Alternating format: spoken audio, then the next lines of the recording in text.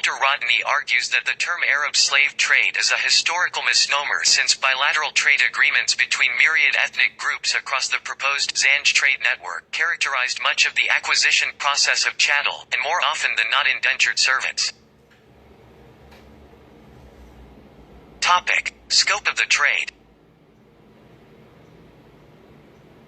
Topic: African Zanj slaves. The Arab slave trade, across the Sahara Desert and across the Indian Ocean, began after Muslim Arab and Swahili traders won control of the Swahili coast and sea routes during the 9th century. See Sultanate of Zanzibar. These traders captured Bantu peoples, Zanj, from the interior in present-day Kenya, Mozambique and Tanzania and brought them to the coast.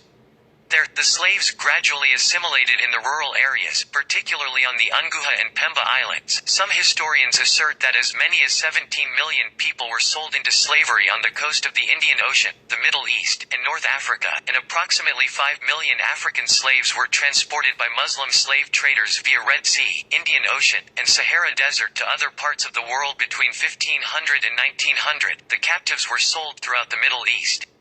This trade accelerated as superior ships led to more trade and greater demand for labor on plantations in the region. Eventually, tens of thousands of captives were being taken every year. The Indian Ocean slave trade was multi-directional and changed over time. To meet the demand for menial labor, Bantu slaves bought by Arab slave traders from southeastern Africa were sold in cumulatively large numbers over the centuries. The Persian Gulf, India, European colonies in the Far East, the Indian Ocean Islands, Ethiopia and Somalia. Slave labor in East Africa was drawn from the Zanj, Bantu peoples that lived along the East African coast. The Zanj were for centuries shipped as slaves by Arab traders to all the countries bordering the Indian Ocean. The Umayyad and Abbasid caliphs recruited many Zanj slaves as soldiers, and, as early as 696, there were revolts of Zanj slave soldiers in Iraq. A 7th century Chinese text mentions ambassadors from Java presenting the Chinese emperor with 2 Senkai Zanj slaves as gifts in 614. An 8th and 9th century chronicles mention Senkai slaves reaching China from the Hindu kingdom of Sri Vijaya in Java. The Zanj Rebellion, a series of uprisings that took place between 869 and 883 AD near the city of Basra, also known as Basara, situated in present-day Iraq, is believed to have involved enslaved Zanj that had originally been captured from the African Great Lakes region and areas further south in East Africa. It grew to involve over 500,000 slaves and free men who were imported from across the Muslim Empire and claimed over tens of thousands of lives in lower Iraq. The Zanj who were taken as slaves to the Middle East were often used in strenuous agricultural work. As the plantation economy boomed and the Arabs became richer, agriculture and other manual labor work was thought to be demeaning. The resulting labor shortage led to an increased slave market. It is certain that large numbers of slaves were exported from Eastern Africa. The best evidence for this is the magnitude of the Zanj revolt in Iraq in the 9th century, though not all of the slaves involved were Zanj. There is little evidence of what part of Eastern Africa the Zanj came from, for the name is here evidently used in its general sense, rather than to designate the particular stretch of the coast, from about 3 degrees north to 5 degrees south, to which the name was also applied. The Zanj were needed to take care of the Tigris-Euphrates Delta, which had become abandoned marshland as a result of peasant migration and repeated flooding, could be reclaimed through intensive labor. Wealthy proprietors had received extensive grants of tidal land on the condition that they would make it arable. Sugar cane was prominent among the products of their plantations, particularly in Khuzestan province. Zanj also worked the salt mines of Mesopotamia, especially around Basra. Their jobs were to clear away the nitrous topsoil that made the land arable. The working conditions were also considered to be extremely harsh and miserable. Many other people were imported into the region, besides Zanj. Historian M.A. Shaban has argued that rebellion was not a slave revolt, but a revolt of blacks, Zanj. In his opinion, although a few runaway slaves did join the revolt, the majority of the participants were Arabs and free Zanj. If the revolt had been led by slaves, they would have lacked the necessary resources to combat the Abbasid government for as long as they did. Ibn Battuta, who visited the ancient African kingdom of Mali in the mid-14th century, recounts that the local inhabitants vie with each other in the number of slaves and servants they have, and was himself given a slave boy as a hospitality gift. European slaves. Arabs also enslaved Europeans. According to Robert Davis, between 1 million and 1.25 million Europeans were captured between the 16th and 19th centuries by Barbary corsairs, who were vassals of the Ottoman Empire, and sold as slaves. These slaves were captured mainly from seaside villages from Italy, Spain, Portugal, Ireland, and also from more distant places like France or England, the Netherlands, and even Iceland. They were also taken from ships stopped by the pirates. The effects of these attacks were devastating. France, England, and Spain each lost thousands of ships. Long stretches of the Spanish and Italian coasts were almost completely abandoned by their inhabitants because of frequent pirate attacks. Pirate raids discouraged settlement along the coast until the 19th century. Periodic Muslim raiding expeditions were sent from Islamic Iberia to ravage the Christian Iberian kingdoms, bringing back slaves. In a raid against Lisbon in 1189, for example, the Almohad Berber Muslim caliph, Abu Yusuf Yaqub al-Mansur, took 3,000 female and child captives, while his governor of Córdoba, in a subsequent attack upon Silves in 1191, took 3,000 Christian slaves. Arab slaves. Arabs were sometimes made into slaves in the Muslim world. Sometimes castration was done on Arab slaves. In Mecca, Arab women were sold as slaves according to Ibn Batlan, and certain rulers in West Africa had slave girls of Arab origin. According to al-Makrizi, slave girls with lighter skin were sold to West Africans on Hajj. Ibn Battuta met an Arab slave girl near Timbuktu in Mali in 1353. Battuta wrote that the slave girl was fluent in Arabic from Damascus, and her master's name was Farba Sulayman. Besides his Damascus slave girl and a secretary fluent in Arabic, Arabic was also comprehended by Farba himself. Islamic and Oriental aspect. Patrick Manning writes that although the Oriental, or Arab, slave trade is sometimes called the Islamic slave trade, a religious imperative was not the driver of the slavery. He further argues such use of the terms Islamic trade or Islamic world erroneously treats Africa as being outside Islam or a negligible portion of the Islamic world. According to European historians, propagators of Islam in Africa often revealed a cautious attitude towards proselytizing because of its effect in reducing the potential reservoir of slaves. The subject merges with the Oriental slave trade, which followed two main routes in the Middle Ages. Overland routes across the Maghreb and Mashriq deserts, Trans-Saharan route. Sea routes to the east of Africa through the Red Sea and Indian Ocean, Oriental route. The Arab slave trade originated before Islam and lasted more than a millennium. To meet the demand for plantation labor, these captured Zanj slaves were shipped to the Arabian Peninsula and the Near East, among other areas. History of the Arab slave trade. African Zanj slaves. The Arab trade of Zanj Bantu slaves in Southeast Africa is one of the oldest slave trades, predating the European transatlantic slave trade by 700 years. Male slaves were often forced to work as servants, soldiers, or laborers by their owners, while female slaves, including those from Africa, were long traded to the Middle Eastern countries and kingdoms by Arab and Oriental traders as concubines and servants. Arab, African and Oriental traders were involved in the capture and transport of slaves northward across the Sahara Desert and the Indian Ocean region into the Middle East, Persia and the Far East. From the 7th century until around the 1960s, the Arab slave trade continued in one form or another. Historical accounts and references to slave-owning nobility in Arabia, Yemen and elsewhere are frequent into the early 1920s. In 641, during the Baqt, a treaty between the Nubian Christian state of Nicoria and the new Muslim rulers of Egypt, the Nubians agreed to give Arab traders more privileges of trade in addition to a share in their slave trading. In Somalia, the Bantu minorities are descended from Bantu groups that had settled in Southeast Africa after the initial expansion from Nigeria, Cameroon. To meet the demand for menial labor, Bantus from southeastern Africa captured by Somali slave traders were sold in cumulatively large numbers over the centuries to customers in Somalia and other areas in Northeast Africa and Asia. People captured locally during wars and raids were also sometimes enslaved by Somalis. However, the perception, capture, treatment and duties of both groups of slaves differed markedly. From 1800 to 1890, between 25,000 to 50,000 Bantu slaves are thought to have been sold from the slave market of Zanzibar to the Somali coast. Most of the slaves were from the Majando, Makwa, Nyasa, Yao, Zalama, Zaramo and Zigwa ethnic groups of Tanzania, Mozambique and Malawi. Collectively, these Bantu groups are known as Mushungalai, which is a term taken from Mazigula, the Zigwa tribe's word for people. The word holds multiple implied meanings including worker, foreigner, and slave. In Ethiopia, during the second half of the 19th century and early 20th century, slaves shipped from there had a high demand in the markets of the Arabian Peninsula and elsewhere in the Middle East. They were mostly domestic servants, though some served as agricultural laborers, or as water carriers, herdsmen, seamen, camel drivers, porters, washerwomen, masons, shop assistants and cooks.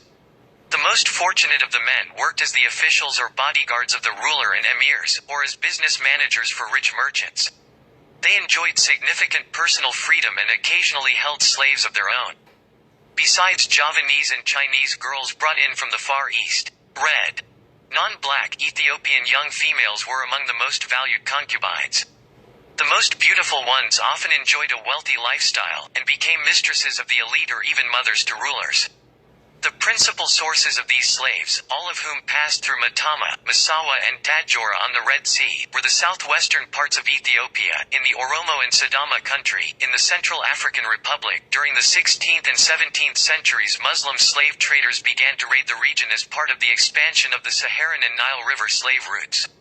Their captives were enslaved and shipped to the Mediterranean coast, Europe, Arabia, the Western Hemisphere, or to the slave ports and factories along the West and North Africa or south the Ubangi and Congo rivers. The Arab slave trade in the Indian Ocean, Red Sea, and Mediterranean Sea long predated the arrival of any significant number of Europeans on the African continent south of the Sahara.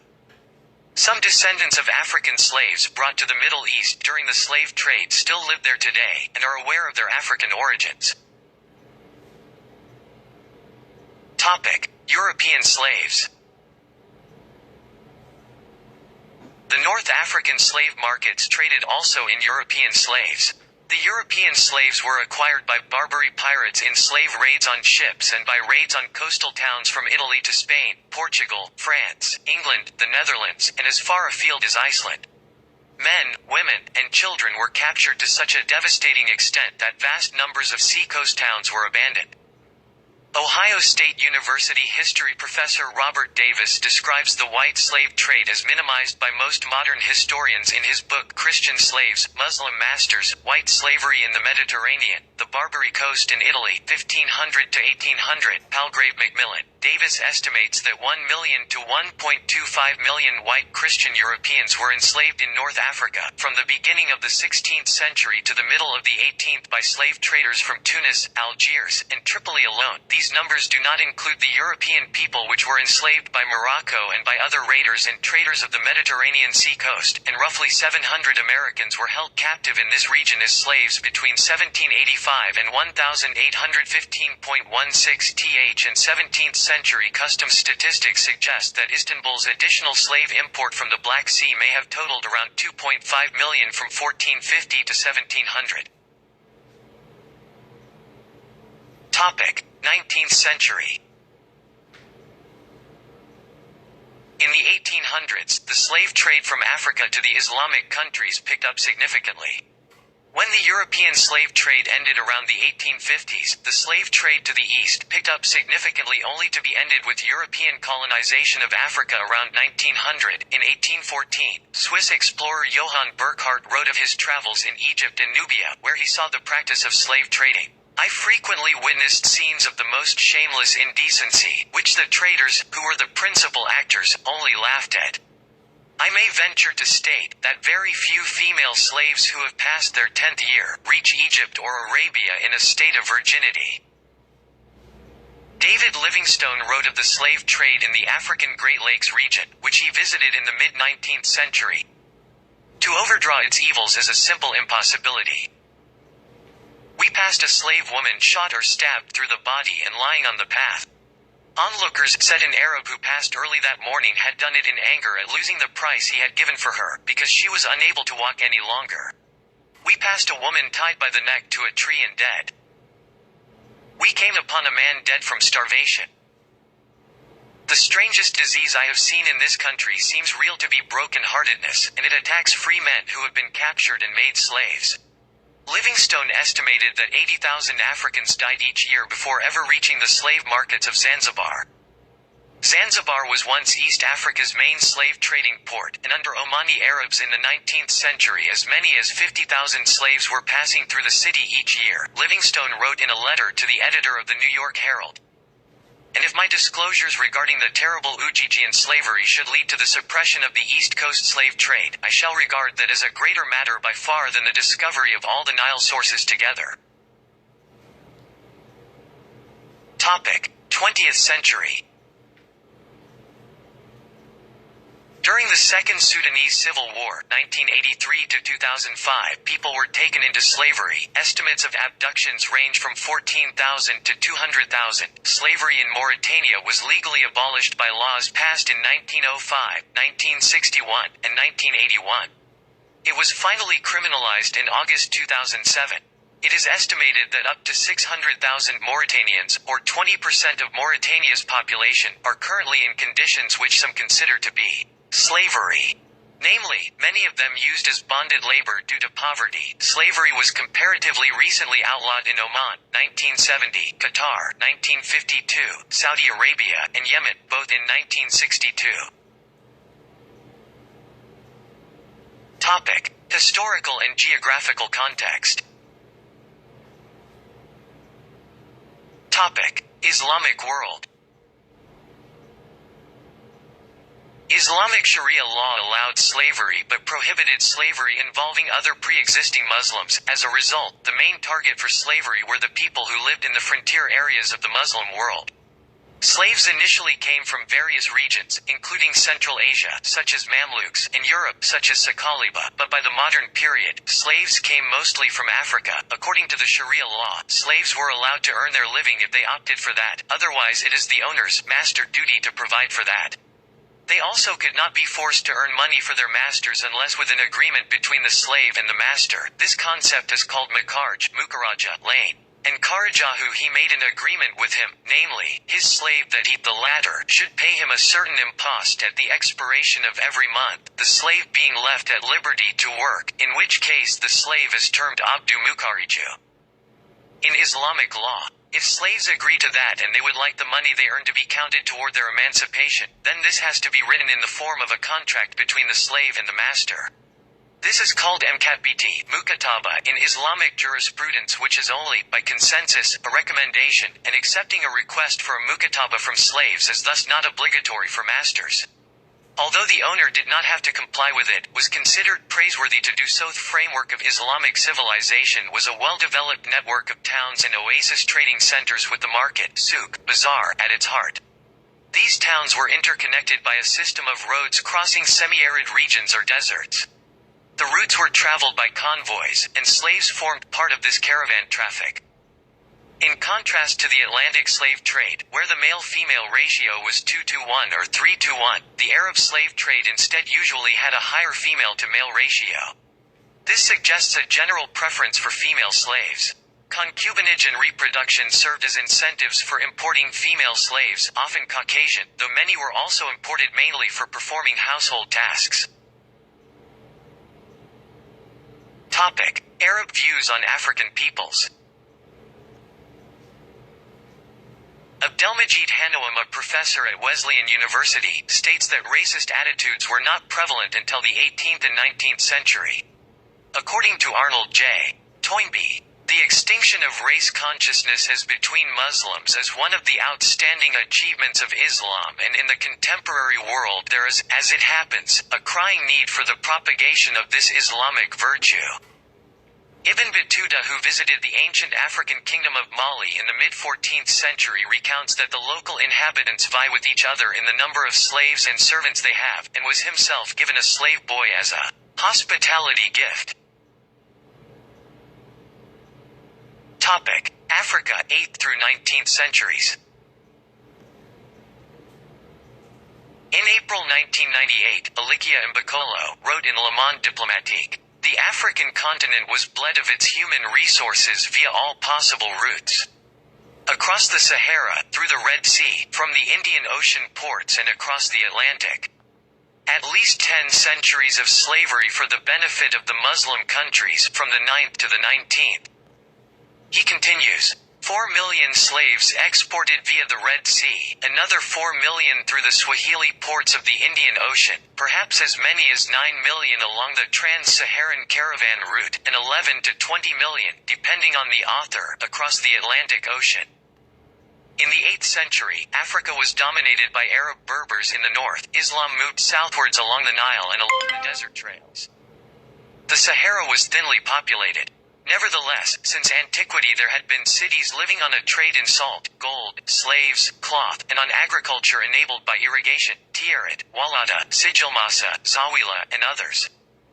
In the Middle Ages, the general Arabic term Balad is Sudan, land of the blacks, was used for the vast Sudan region, an expression denoting West and Central Africa, or sometimes extending from the coast of West Africa to Western Sudan. It provided a pool of manual labor for North and Saharan Africa. This region was dominated by certain states and people, the Ghana Empire, the Empire of Mali, the Kanem-Bornu Empire, the Fulani and Hausa. In the Horn of Africa, the coasts of the Red Sea and Indian Ocean were controlled by local Somali and other Muslims, and Yemenis and Omanis had merchant posts along the coasts. The Ethiopian coast, particularly the port of Massawa and Dahlak Archipelago, had long been a hub for the exportation of slaves from the interior by the Kingdom of Aksum and earlier polities. The port and most coastal areas were largely Muslim, and the port itself was home to a number of Arab and Indian merchants. The Solomonic dynasty of Ethiopia often exported Nilotic slaves from their western borderland provinces, or from newly conquered southern provinces. The Somali and Afar Muslim sultanates, such as the Adal Sultanate, also exported Nilotic slaves that they captured from the interior, as well as some vanquished foes. In the African Great Lakes region, Omani and Yemeni traders set up slave trading posts along the southeastern coast of the Indian Ocean, most notably in the archipelago of Zanzibar, along the coast of present-day Tanzania. The Zanj region or Swahili coast flanking the Indian Ocean continued to be an important area for the Oriental slave trade up until the 19th century. Livingstone and Stanley were then the first Europeans to penetrate to the interior of the Congo Basin and to discover the scale of slavery there. The Arab Tipu Tip extended his influence there and captured many people as slaves. After Europeans had settled in the Gulf of Guinea, the trans-Saharan slave trade became less important. In Zanzibar, slavery was abolished late, in 1897, under Sultan Hamoud bin Mohammed. Topic: Geography of the slave trade. Topic: Supply zones. There is historical evidence of North African Muslim slave raids all along the Mediterranean coasts across Christian Europe. The majority of slaves traded across the Mediterranean region were predominantly of European origin from the 7th to 15th centuries. Slaves were also brought into the Arab world via Central Asia, mainly of Turkic or Tartar origin. Many of these slaves later went on to serve in the armies, forming an elite rank. Nubia and Ethiopia were also exporting regions. In the 15th century, Ethiopians sold slaves from western borderland areas, usually just outside the realm of the Emperor of Ethiopia, or Eneria, which often ended up in India, where they worked on ships or as soldiers. They eventually rebelled and took power. Dynasty of the Habshi kings. The Sudan region and Saharan Africa formed another export area, but it is impossible to estimate the scale, since there is a lack of sources with figures. Finally, the slave traffic affected Eastern Africa, but the distance and local hostility slowed down this section of the Oriental trade. Topic: Routes. According to Professor Ibrahima Baba Kaki, there were 4 main slavery routes to the Arab world, from east to west of Africa, from the Maghreb to the Sudan, from Tripolitania to central Sudan, and from Egypt to the Middle East. Caravan trails, set up in the 9th century, went past the oasis of the Sahara. Travel was difficult and uncomfortable for reasons of climate and distance. Since Roman times, long convoys had transported slaves as well as all sorts of products to be used for barter. To protect against attacks from desert nomads, slaves were used as an escort. Any who slowed down the progress of the caravan were killed. Historians know less about the sea routes. From the evidence of illustrated documents and travelers' tales, it seems that people traveled on dhows or jalbas, Arab ships which were used as transport in the Red Sea. Crossing the Indian Ocean required better organization and more resources than overland transport. Ships coming from Zanzibar made stops on Socotra or at Aden before heading to the Persian Gulf or to India. Slaves were sold as far away as India, or even China. There was a colony of Arab merchants in Canton. Serge Billet cites a 12th century text which tells us that most well-to-do families in Canton had black slaves whom they regarded as savages and demons because of their physical appearance. Although Chinese slave traders bought slaves, Sangkai i.e. the Zanj, from Arab intermediaries and stocked up directly in coastal areas of present-day Somalia, the local Somalis, referred to as Bereba and Barbaroi Berbers by medieval Arab and ancient Greek geographers, respectively, see Periplus of the Erythraean Sea, and no strangers to capturing, owning and trading slaves themselves, were not among them. One important commodity being transported by the Arab dhows to Somalia was slaves from other parts of East Africa. During the 19th century, the East African slave trade grew enormously due to demands by Arabs, Portuguese, and French. Slave traders and raiders moved throughout Eastern and Central Africa to meet the rising demand for enslaved men, women, and children. Somalia did not supply slaves. As part of the Islamic world, Somalis were at least nominally protected by the religious tenet that free Muslims cannot be enslaved, but Arab dhows loaded with human cargo continually visited Somali ports. Barter. Slaves were often bartered for objects of various kinds. In the Sudan, they were exchanged for cloth, trinkets and so on. In the Maghreb, slaves were swapped for horses. In the desert cities, lengths of cloth, pottery, Venetian glass slave beads, dyestuffs and jewels were used as payment. The trade in black slaves was part of a diverse commercial network. Alongside gold coins, cowrie shells from the Indian Ocean or the Atlantic, canaries, Luanda, were used as money throughout sub-Saharan Africa. Merchandise was paid for with sacks of cowries. Slave markets and fairs. Enslaved Africans were sold in the towns of the Arab world. In 1416, al-Makrizi told how pilgrims coming from Takrur, near the Senegal River, had brought 1,700 slaves with them to Mecca. In North Africa, the main slave markets were in Morocco, Algiers, Tripoli and Cairo. Sales were held in public places or in souks. Potential buyers made a careful examination of the merchandise. They checked the state of health of a person who was often standing naked with wrists bound together. In Cairo, transactions involving eunuchs and concubines happened in private houses. Prices varied according to the slave's quality. Thomas Smith, the commander of the British research ship TraDe, visited such a market in Zanzibar in 1811 and gave a detailed description. The show commences about 4 o'clock in the afternoon. The slaves set off to the best advantage by having their skins cleaned and burnished with coconut oil, their faces painted with red and white stripes and the hands, noses, ears and feet ornamented with a profusion of bracelets of gold and silver and jewels, arranged in a line, commencing with the youngest, and increasing to the rear according to their size and age. At the head of this file, which is composed of all sexes and ages from 6 to 60, walks the person who owns them. Behind and at each side, 2 or 3 of his domestic slaves, armed with swords and spears, serve as guard. Thus ordered the procession begins, and passes through the marketplace and the principal streets. When any of them strikes a spectator's fancy, the line immediately stops, and a process of examination ensues, which, for minuteness, is unequaled in any cattle market in Europe. The intending purchaser, having ascertained there is no defect in the faculties of speech, hearing, etc., that there is no disease present, next proceeds to examine the person. The mouth and the teeth are first inspected and afterwards every part of the body in succession, not even excepting the breasts, etc., of the girls, many of whom I have seen handled in the most indecent manner in the public market by their purchasers. Indeed, there is every reason to believe that the slave dealers almost universally force the young girls to submit to their lust previous to their being disposed of. From such scenes one turns away with pity and indignation. Topic: Towns and ports involved.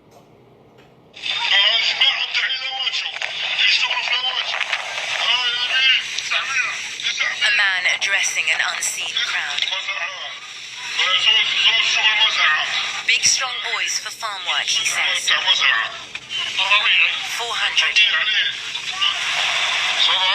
700. 700.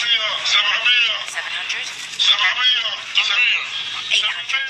The numbers roll in. These men are sold for 1,200 Libyan pounds, $400 a piece. You are watching an auction of human beings. Another man, claiming to be a buyer. Off camera, someone asks, what happened to the ones from Niger? Sold off, he's told. CNN was sent this footage by a contact. After months of working, we were able to verify the authenticity of what you see here. We decided to travel to Libya to try and see for ourselves. We're now in Tripoli and we're starting to get a little bit more of a sense of how this all works. Our contacts are telling us that there are 1 to 2 of these auctions every month and that there is one happening in the next few hours. So we're going to head out of town and see if we can get some sort of access to it. For the safety of our contacts, we have agreed not to divulge the location of this auction, but the town we're driving to isn't the only one.